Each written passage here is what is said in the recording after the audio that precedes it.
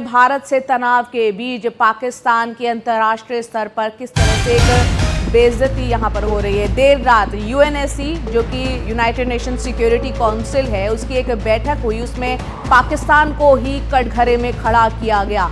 सुरक्षा परिषद की बैठक में पाकिस्तान को कटघरे में खड़ा किया गया। पहलगाम हमले को लेकर पाकिस्तान की जो दलील है उसको सुरक्षा परिषद ने सिरे से खारिज कर दिया। पाकिस्तान से पूछा गया कि वो ये बताए कि इस हमले का लश्कर से लेना देना है कि नहीं। इस बैठक में कुछ सदस्यों ने धार्मिक पहचान के आधार पर हमले को लेकर चिंता भी जाहिर की। पाकिस्तान के ताज़ा मिसाइल परीक्षण और बार बार परमाणु हमले की धमकी को भी तनाव बढ़ाने की एक वजह माना गया। और इस वक्त हमारे सहयोगी हमारे साथ जुड़ेंगे कुछ देर में, उमाशंकर सिंह। लेकिन एक बहुत अहम बैठक पहलगाम हमले के बाद यूएनएससी जो कि संयुक्त राष्ट्र की सुरक्षा परिषद है, उसकी ये बैठक हुई। उसमें पाकिस्तान से कई कड़े सवाल यहाँ पर किए गए कि आप बताएं यहाँ पर कि जो पहलगाम में जो हमला हुआ है उसमें लश्कर का हाथ है कि नहीं है। पाकिस्तान इस हमले को लेकर पाकिस्तान की जो दलील थी उसको सुरक्षा परिषद ने सिरे से ही खारिज कर दिया है। और सवाल ये पूछा खुद सुरक्षा परिषद के द्वारा पाकिस्तान से पूछा गया कि इस हमले का लश्कर से लेना देना है कि नहीं। इस बैठक में कुछ सदस्यों ने धार्मिक जो पहचान के आधार पर हमले किए गए उसको लेकर चिंता अपनी जताई।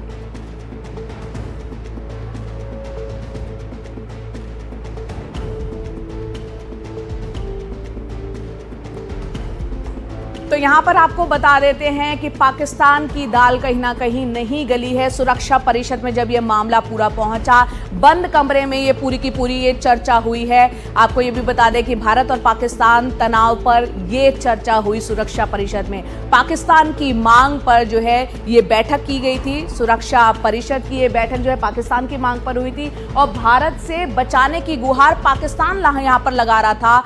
पाकिस्तान को यहाँ पर समर्थन नहीं मिला उसकी इस बात का खुद उल्टे उसी पर सवाल यहाँ पर खड़े हो गए। यूएनएससी की इस बैठक में पाकिस्तान ने क्या कुछ कहा वो भी हम आपको बता देते हैं। पाकिस्तान की तरफ से ये कहा गया कि शांति और बातचीत हम चाहते हैं, ये बात कही है पाकिस्तान ने सुरक्षा परिषद में। और ये भी कहा है कि भारत जो है हमला करके रहेगा, ये बात पाकिस्तान की तरफ से कही गई। और ये भी कहा है कि हम खुद आतंकवाद से पीड़ित हैं। और इसके अलावा ये कहा गया पाकिस्तान की तरफ से कि भारत जो है वो एक तरफा कार्रवाई कर रहा है। तो अपनी तमाम दलीलें यहाँ पाकिस्तान की तरफ से जो दी गई है वो हम आपको बता रहे हैं। सुरक्षा परिषद में दलीलें दी गई और ये भी कहा है कि भारत के जो आरोप है वो निराधार है। सिंधु समझौता कानूनी तौर पर बाध्य है क्योंकि सिंधु जल समझौते को भारत ने जो है सस्पेंड कर दिया है। उसको लेकर पाकिस्तान ने कहा कि ये समझौता जो है वो कानूनी तौर पर बाध्य है। इसके अलावा पानी जो है वो जिंदगी है, हथियार नहीं है, ये पाकिस्तान की तरफ से सुरक्षा परिषद में बोला गया है। और ये भी कहा गया है कि स्थिरता के लिए कश्मीर का जो हल है वो ज़रूरी है। ये तमाम बातें यहाँ पर कही गई हैं पाकिस्तान के द्वारा सुरक्षा परिषद में। हमारे सहयोगी उमाशंकर सिंह हमारे साथ जुड़ रहे हैं, सीधा उनका रुख करते हैं। उमा, यूएनएससी की बैठक बताया जा रहा है पाकिस्तान के द्वारा बुलाई गई थी पहलगाम हमले के बाद। जिस तरह से यहाँ पर पाकिस्तान चिंतित है कि भारत जो है उस पर हमला कर सकता है, लेकिन बात कहीं ना कहीं उल्टी पड़ती हुई दिख रही है क्योंकि जिस तरह से सवाल पाकिस्तान से पूछे गए वो कहीं ना कहीं पाकिस्तान को ही कटघरे में खड़ा किया गया। जी बिल्कुल, देखिए पाकिस्तान जो है वो यूएनएससी का गैर स्थायी सदस्य है इस वक्त और इसी हक से के साथ उसने इस बैठक को बुलाया था। और ग्रीस जो कि अध्यक्ष है उसने इस बैठक को इसलिए होने दिया ताकि इसमें जो है राय एक निकल कर आए और तनाव को घटाने में मदद मिले। लेकिन पाकिस्तान ने इस मंच का इस्तेमाल अपना नैरेटिव बेचने के लिए करना चाहा था। ये बात उसे उल्टी पड़ गई और उससे कठोर सवाल पूछे गए जो हमने अपने दर्शकों को बताया। चाहे वो लश्कर के इन्वॉल्वमेंट की बात हो, चाहे वो जिस तरीके से मिसाइल परीक्षण किया जा रहा है और जिस तरह से परमाणु धमकी पाकिस्तान के नेताओं की तरफ से दी जा रही है जिससे कि तनाव बढ़ने का खतरा और ज्यादा बढ़ जाता है। एलईटी की संलिप्तता के बारे में पूछा गया क्योंकि भारत जो है लगातार कह रहा है कि लश्कर ए तैयबा का इस हमले में हाथ है। पाकिस्तान इस बात को मानने को तैयार नहीं है और साथ ही साथ ये भी सलाह दी गई पाकिस्तान को कि वो द्विपक्षीय बातचीत के जरिए समाधान निकालने की कोशिश करे, अंतर्राष्ट्रीयकरण करने की बजाय। तो इस तरह के कठोर सवाल पाकिस्तान से पूछे गए और साथ में ये भी देखने को आया, क्योंकि ये क्लोज डोर बैठक थी, इसमें भारत अपनी तरफ से कोई बात नहीं रख सकता था। भारत का देर सवेर हो सकता है कि कोई प्रतिक्रिया आए, लेकिन इस बैठक के बाद जब जो यूएन में जो पाकिस्तान के स्थायी प्रतिनिधि हैं वो जब बयान देने आए तो उनके साथ कोई भी सदस्य देश जो है उसका कोई प्रतिनिधि बाहर नहीं आया। 8 साढ़े 8 मिनट का लंबा जो वक्तव्य है वो पाकिस्तान की तरफ से दिया गया और उसमें कश्मीर राग आलापा गया। साथ ही भारत ने जिस तरह के कदम उठाए हैं उसके आशंका के मद्देनजर उससे बचने की गुहार जो है वो एक तरह से लगाते हुए वो नजर आए। तो जो अपने फायदे में, अपने हक में जिस बात को कैपिटलाइज करने की पाकिस्तान ने कोशिश की थी उसका धुआं जो है वो निकल गया है और पाकिस्तान को अंतर्राष्ट्रीय मंच पर एक बार फिर से मुंह की खानी पड़ी है और उसने एक बहुत ही रणनीति के तहत इस बैठक को अंजाम दिया था, इस बैठक को बुलाया था। और हमें याद हो तो 2019 में जब अनुच्छेद 370 को हटाया गया तो उसके बाद चीन की मदद से उसने इसी तरह की एक बैठक जो है वो बुलाई थी और उसके बाद एक ब्रीफ दिया गया था कि कैसे जो है वो जो भारत है वो ये हस्तक्षेप कर रहा है, जबकि भारत ने साफ तौर पे कहा था कि उसका अंदरूनी मामला है और पाकिस्तान अपना नैरेटिव को अंतर्राष्ट्रीय नैरेटिव बनाकर नहीं बेच सकता। तो उस समय भी पाकिस्तान की पोल खोली गई थी और पाकिस्तान की इस कोशिश पर भी पोल खोली गई है और भारत के जो विदेश मंत्री है उन्होंने कल ही ग्रीस के विदेश मंत्री से बात की थी और वो इस लिहाज से अहम है क्योंकि ग्रीस जो है वो अध्यक्ष है अभी यूएनएससी का। तो ऐसे में जो बातचीत हुई थी उसमें ग्रीस ने अपनी तरफ से आतंकवाद के खिलाफ कड़ा जो एक समर्थन है भारत के साथ वो दिखाया था, एक मजबूत समर्थन दिखाया था। तो इससे बात जाहिर हो जाती है कि पाकिस्तान को एक मौका जरूर दिया गया और उससे ये सफाई भी मांगी गई कि आखिरकार उसकी संलिप्तता क्या है, लेकिन इन सवालों का जवाब देने के लिए पाकिस्तान न तो तैयार था और न ही उसने जवाब दिया। उल्टा उस पर जो सदस्य देश हैं, खासतौर पे चीन को अगर छोड़ दें तो उसके अलावा बाकी के सदस्य देश जो हैं वो उनसे कठोर सवाल करते नजर आए। से किए गए उसके पास कोई जवाब नहीं था और जैसा सोचा था पाकिस्तान ने वैसा यूएनएससी की बैठक में कुछ हुआ नहीं। हमारे तमाम सहयोगी और कुछ खास मेहमान हमारे साथ हैं, लेकिन यहाँ पर खबर अहम ये भी हम आपको बता दें कि मॉक ड्रिल पर आज गृह मंत्रालय की एक अहम बैठक होनी है। राज्यों के साथ गृह सचिव की ये बैठक होगी।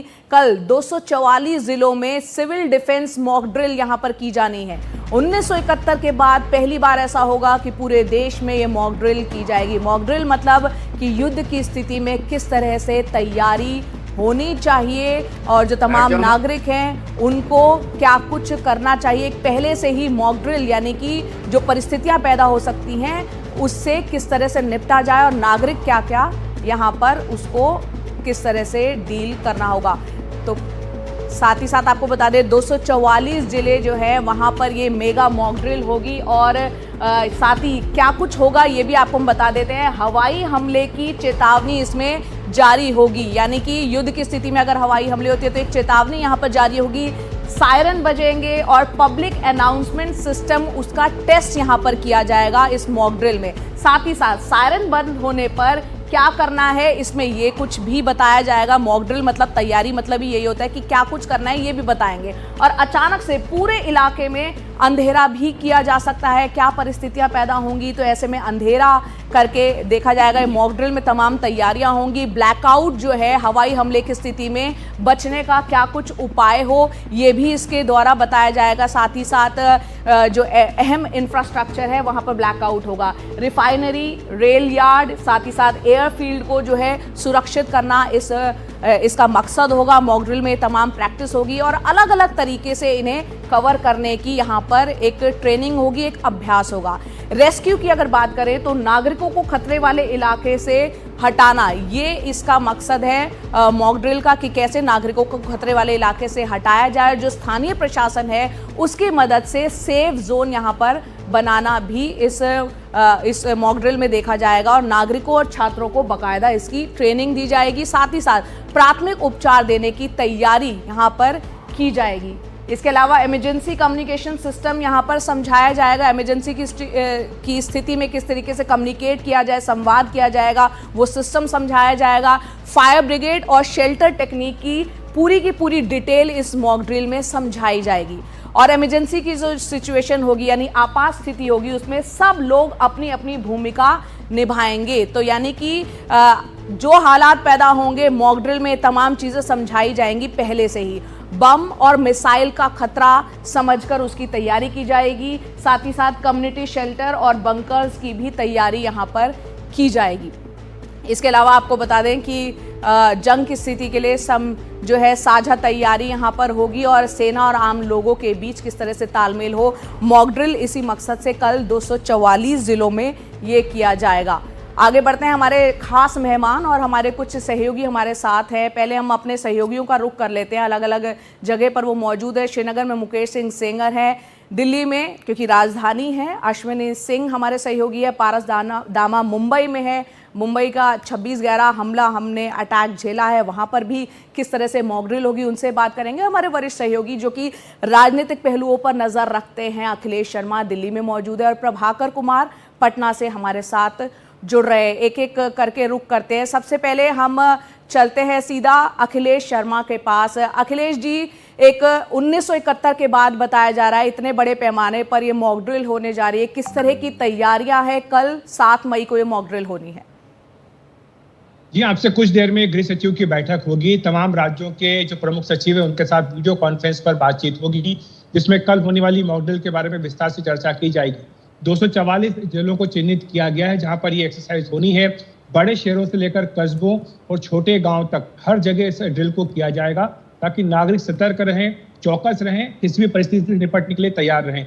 यही कारण है कि छात्रों को भी इसमें शामिल किया जा रहा है, वो चाहे एनसीसी के हों, चाहे स्काउट गाइड के हों या एनएससी के हों, सबको इसमें शामिल किया जा रहा है। कोशिश यही है कि किसी भी आपात परिस्थिति से निपटने के लिए उनको तैयार किया जा सके। एयर रेड का खतरे को देखते हुए सायरन बजाने की तैयारी होगी।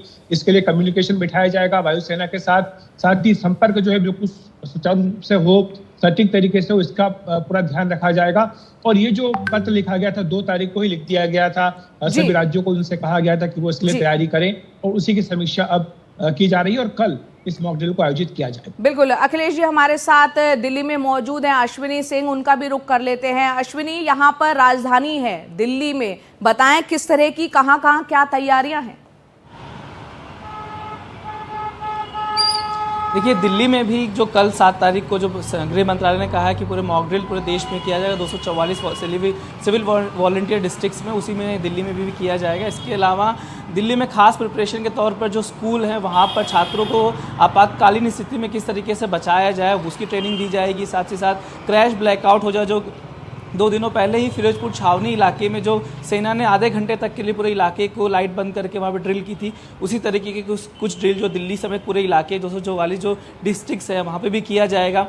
इसके अलावा ये कहा गया कि जो एयर सायरन सिस्टम है, जब आपातकालीन स्थिति में अगर सायरन बजता है तो तब कैसे बचाव किया जाएगा उसकी निगरानी की जाएगी। साथ ही साथ जो कंट्रोल रूम बनाए गए हैं, जो परमानेंट कंट्रोल रूम है, साथ ही साथ कुछ जो टेम्प्रेरी कंट्रोल रूम है, उनकी कामकाज की भी निगरानी कल जो मॉक ड्रिल है उसके जरिए की जाएगी। सरकार ने कहा है कि इस पूरे प्रक्रिया में जो छात्र हैं, एनएसएस के जो छात्र हैं, जो सिविल वॉलंटियर्स हैं, जो रेस्क्यू ऑपरेशंस के लोग हैं, सभी लोग इस पूरी प्रक्रिया में एकजुट होकर काम करेंगे। हालांकि कहा यह गया था होम मिनिस्ट्री की तरफ से कि साल 2022 में गृह मंत्री ने जो हरियाणा में एक चिंतन शिविर आयोजित हुआ था, उसी समय उन्होंने इस बात का जोर दिया था कि देश में इस तरीके की सिविल प्रिपरेशन होनी चाहिए, सिविल डिफेंस की प्रिपरेशन होनी चाहिए। और 23 में गृह मंत्रालय ने इसको लेकर एक आदेश भी जारी किया था और उसी के बाद अब यह आदेश दिया गया कि 7 तारीख को पूरे देश में किया जाएगा। लेकिन पहलगाम हमले के बाद से इसे अब जोड़ा जा रहा है कि ताकि उसी प्रिपरेशन से जोड़कर आपको इस पूरे मामले को देखा जा रहा है। लेकिन गृह मंत्रालय का कहना है कि ये पहले का आदेश है, इसी को अब आगे माना जा रहा है। अश्विनी, आप बने रहे और बाकी हमारे तमाम सहयोगी बने रहें, लेकिन यहाँ पर खास मेहमान भी है। मेजर जनरल रिटायर्ड पीके सहगल हमारे साथ हैं, साथ ही अशोक सज्जनहार पूर्व राजनयिक है। आप दोनों का बहुत बहुत शुक्रिया हमसे जुड़ने के लिए। मेजर जनरल रिटायर्ड पीके सहगल साहब, आपसे समझना चाह रहे हैं 1971 के बाद ये मॉक ड्रिल हो रही है, ये मॉक ड्रिल के बारे में बताएं किस तरह से मॉक ड्रिल होती है, क्योंकि हमने ये देखा है कि चाहे पुलवामा हो चुका हो, चाहे करगिल हो चुका है, तब भी ये मॉक ड्रिल नहीं, 1971 के बाद अब हो रहे हैं। इस तरह के हालात यहाँ बने हुए हैं। आप बताएं, इस मॉक ड्रिल में एक आम इंसान को क्या कुछ बताया जाता है और क्या कितनी महत्वपूर्ण है ये मॉक ड्रिल? मेरी बात है, मॉक ड्रिल बहुत इम्पोर्टेंट है, बहुत ही महत्वपूर्ण है। 1971 के बाद में पहली बार हुई थी, 1971 में it was a full fledge war. अभी भी अगर लड़ाई होती है तो हो सकता है कि it becomes escalates into a full fledge war. तो फुल फ्लेज वॉर में बहुत जबरदस्त नुकसान हो सकता है दोनों दोनों साइड्स को, उससे कैसे बचा जाएगा उसके बारे में ये मॉक ड्रिल होती है। सबसे पहले तो जब दुश्मन की मिसाइल फायर होती है या उसकी रॉकेट फायर होता है या उसका हवाई जहाज आता है तो एयर रेड वार्निंग होती है। तो लोगों को बताया जाएगा कि एयर रेड वार्निंग जो है किस तरीके की होती है, कितनी देर तक होती है, और जब ये ऑल क्लियर हो जाता है, हवाई जहाज का खतरा चला जाता है या मिसाइल अटैक का खतरा चला जाता है तो ऑल क्लियर वार्निंग होती है। तो वो कैसी होती है, उसको कैसे पहचाना जाएगा। दूसरा, अगर बहुत बड़े पैमाने पर नुकसान होता है, समझो एक मिसाइल आके गिरी है जिसमें काफ़ी लोगों को जान और माल का नुकसान हुआ है, उनको इवैक्यूएट कैसे करना है, तो कहाँ ले जाना है उनको। साथ ही साथ ताकि वहाँ पैनिक ना हो, भगदड़ ना हो, उसको कैसे निपटना है, उसके लिए एनसीसी के छात्र और सिविल डिफेंस के जो वर्कर्स हैं उनको भी ट्रेन किया जाता है। फिर साथ ही साथ बहुत लाजमी है कि जो आपके इम्पोर्टेंट इंस्टॉलेशंस हैं उनको कैमोफ्लेज कंसील किया जाएगा। आपके हॉस्पिटल्स के ऊपर भी रेड क्रॉस का रेड बड़ा लगाया जाता है। फिर साथ साथ आपको ट्रेन किया जाएगा ब्लैकआउट के लिए। ब्लैकआउट की अरेंजमेंट्स आप घरों में भी करनी होती है, घरों के शीशों वगैरह को, दरवाज़ों को बंद करना होता है ताकि आपकी जो बिजली की लाइट है किसी प्रकार से बाहर ना जाए, क्योंकि आज हर घर में इन्वर्टर है। ब्लैकआउट का मतलब डिफीट हो जाएगा अगर आपके सब लाइट्स बाहर जाएगी तो ब्लैकआउट जो है उसमें आपको पर्दे भी खींचने होंगे, आपको अपने घरों को भी ब्लैकआउट करना होगा। और ब्लैकआउट का मकसद होता है कि दुश्मन के हवाई जहाज को ये ना क्लियर पता लगे कि कौन सा टारगेट कहाँ पर है। खास करके ही लुकिंग आउट, तो आजकल तो जीपीएस की वजह से हर टारगेट को even in the event of total darkness पहचाना जा सकता है, पिन पॉइंट अटैक हो सकता है। लेकिन उसके अटैक के बाद में उनके साथ ही एक हवाई जहाज होता है जो उसकी फोटोग्राफ लेता है, ये देखने के लिए कितना सक्सेसफुल था। जी बिल्कुल।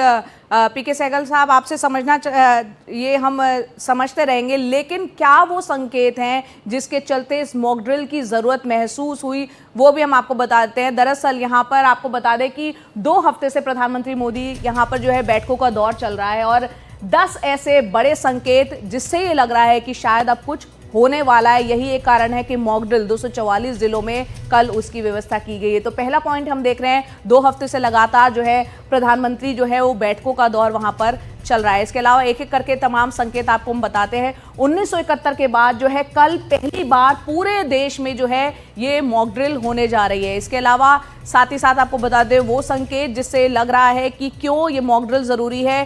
थोड़ी देर में सिविल डिफेंस पर गृह सचिव की आज ये बैठक भी होने जा रही है। इसके अलावा साथ ही आपको ये भी बता दें कि कल एयरफोर्स के जो बड़े अधिकारी हैं वो प्रधानमंत्री मोदी से मिले हैं। तो यानी कि पूरा का पूरा मैकेनिज्म सिस्टम कैसे काम करेगा, मेल मुलाकातों का सिलसिला प्रधानमंत्री से चल रहा है। पीएम मोदी का लगातार सेना प्रमुखों के साथ वो भी मंथन यहाँ पर चल रहे हैं। ये वो तमाम संकेत है जिससे कहीं ना कहीं ज़रूरी लग रहा है कि मॉक ड्रिल भी होना चाहिए और कुछ बड़ा हो सकता है। साथ ही साथ आपको बता दें पंजाब का जो फिरोजपुर है वहाँ पर ब्लैकआउट मॉक ड्रिल कल किया गया है। यानी कि वहाँ पंजाब क्योंकि नज़दीक ही पड़ता है पाकिस्तान से, वहाँ फिरोजपुर में ये मॉक ड्रिल हुआ है। राष्ट्रपति व्लादिमीर पुतिन जो रूस के राष्ट्रपति हैं उन्होंने कहा है कि साजिश करने वालों को सजा मिले। तो कहीं ना कहीं अंतर्राष्ट्रीय जगत में भी किस तरह से भारत जो है आने वाले वक्त में कोई एक्शन लेता है तो उस पर तमाम जो है प्रतिक्रियाएं अंतर्राष्ट्रीय स्तर पर जो नेता है उनकी आ रही है। पाकिस्तान ने रूस से समझौता करवाने की गुहार लगाई है। तो रशिया का क्या रोल होगा ये भी काफ़ी अहम हो जाता है। पाकिस्तान के जो रक्षा मंत्री हैं उन्होंने फिर से ये बात कही है कि भारत का हमला किसी भी वक्त हो सकता है और ये बात जो है यूनाइटेड नेशन सिक्योरिटी काउंसिल में भी पाकिस्तान ने कही है। साथ ही साथ आपको बता दें पाकिस्तानी प्रधानमंत्री जो शहबाज शरीफ है वो यूएन चीफ के सामने कहीं ना कहीं गिड़गिड़ा रहे हैं। हमारे सहयोगी मुकेश सिंह सेंगर श्रीनगर में मौजूद है। पहलगाम जहां पर हमला हुआ उसके बाद ये परिस्थितियां यहां पर पैदा हुई। मुकेश, आप श्रीनगर में मौजूद हैं। कल 244 जिलों में मॉक ड्रिल होनी है और जो ताज़ा हालात है वो हमने यहाँ पर बयां करे हैं। आप बताएं श्रीनगर से आपके पास क्या अपडेट इस वक्त?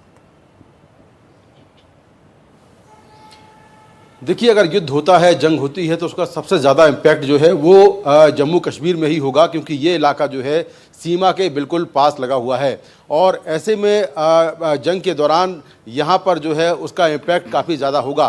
तो उसको देखते हुए जो मॉक ड्रिल कल होने वाली है उसको लेकर यहाँ भी तैयारियाँ शुरू हो गई हैं। आज से ही जो जम्मू कश्मीर पुलिस है उसने डल लेक के पास छोटी मोटी जो मॉक ड्रिल्स हैं वो करना शुरू कर दी हैं। जो जम्मू कश्मीर की टूरिस्ट पुलिस है उसने डल लेक में कुछ देर पहले एक मॉक ड्रिल की है और करीब 1 बजे जो SDRF है वो भी डल लेक में एक मॉक ड्रिल करने वाली है। इसके अलावा कल जो मॉक ड्रिल होगी उसकी तैयारियों को लेकर आज यहाँ पर एक बड़ी मीटिंग हो रही है और उस मीटिंग के बाद तय होगा कि किस तरह से ये मॉक ड्रिल की जाएगी।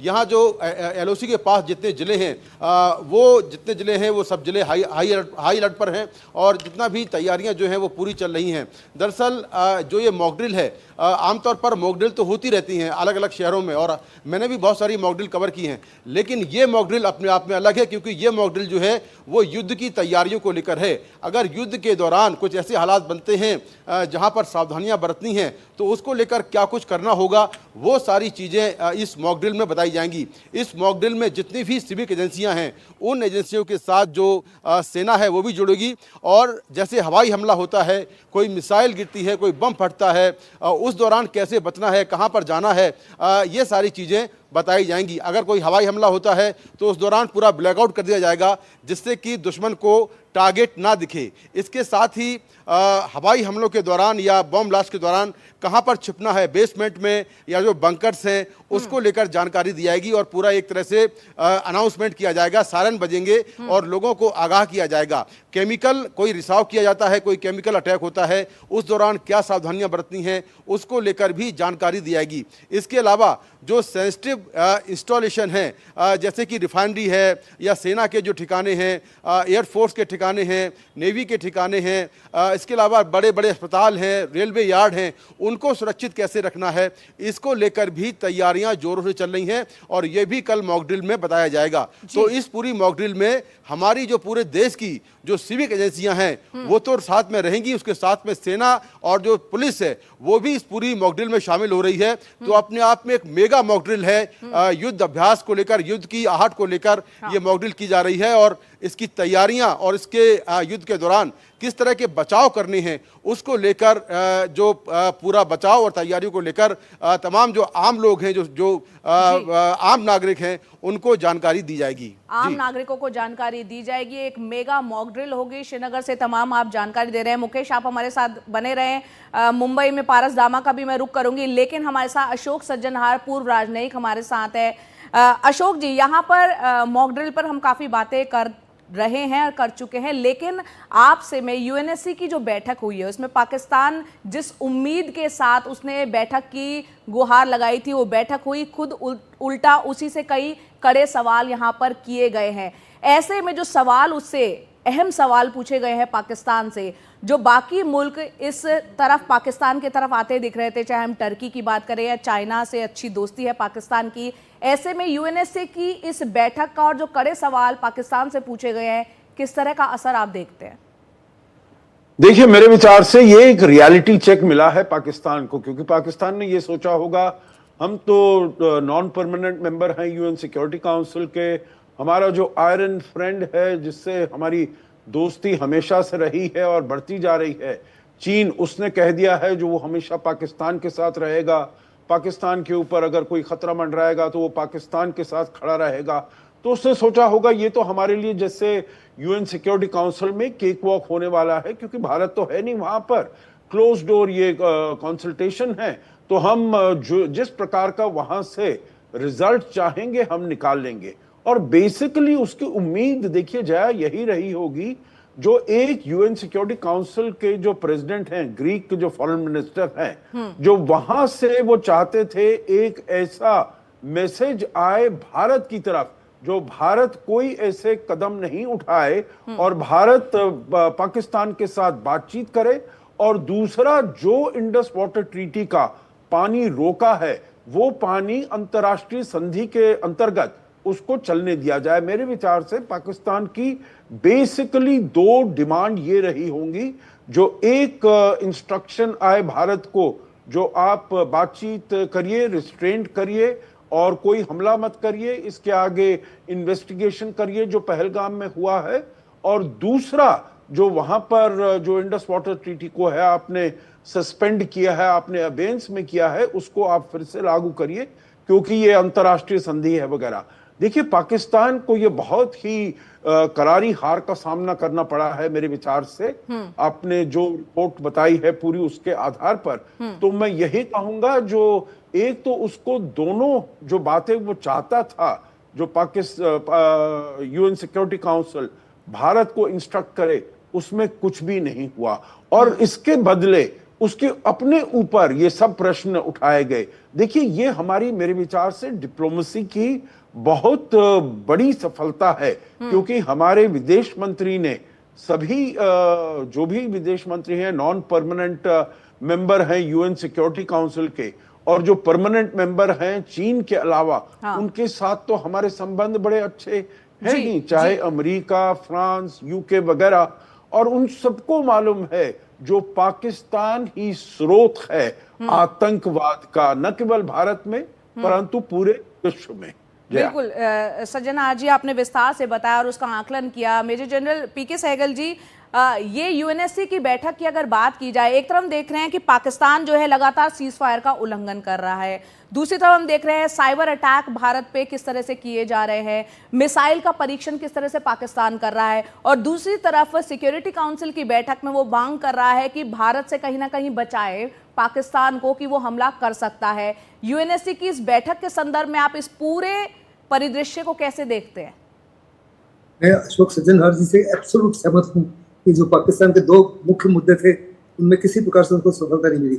वास्तव में लोगों ने से पूछा, जितने भी कंट्रीज थे उन्होंने साफ तौर पर पूछा क्या जो टीआरएफ है और जो लश्कर तैयबा है, आप उसका क्या रोल रहा है इसमें? पाकिस्तान का ठीक तरह से जवाब नहीं दे सका।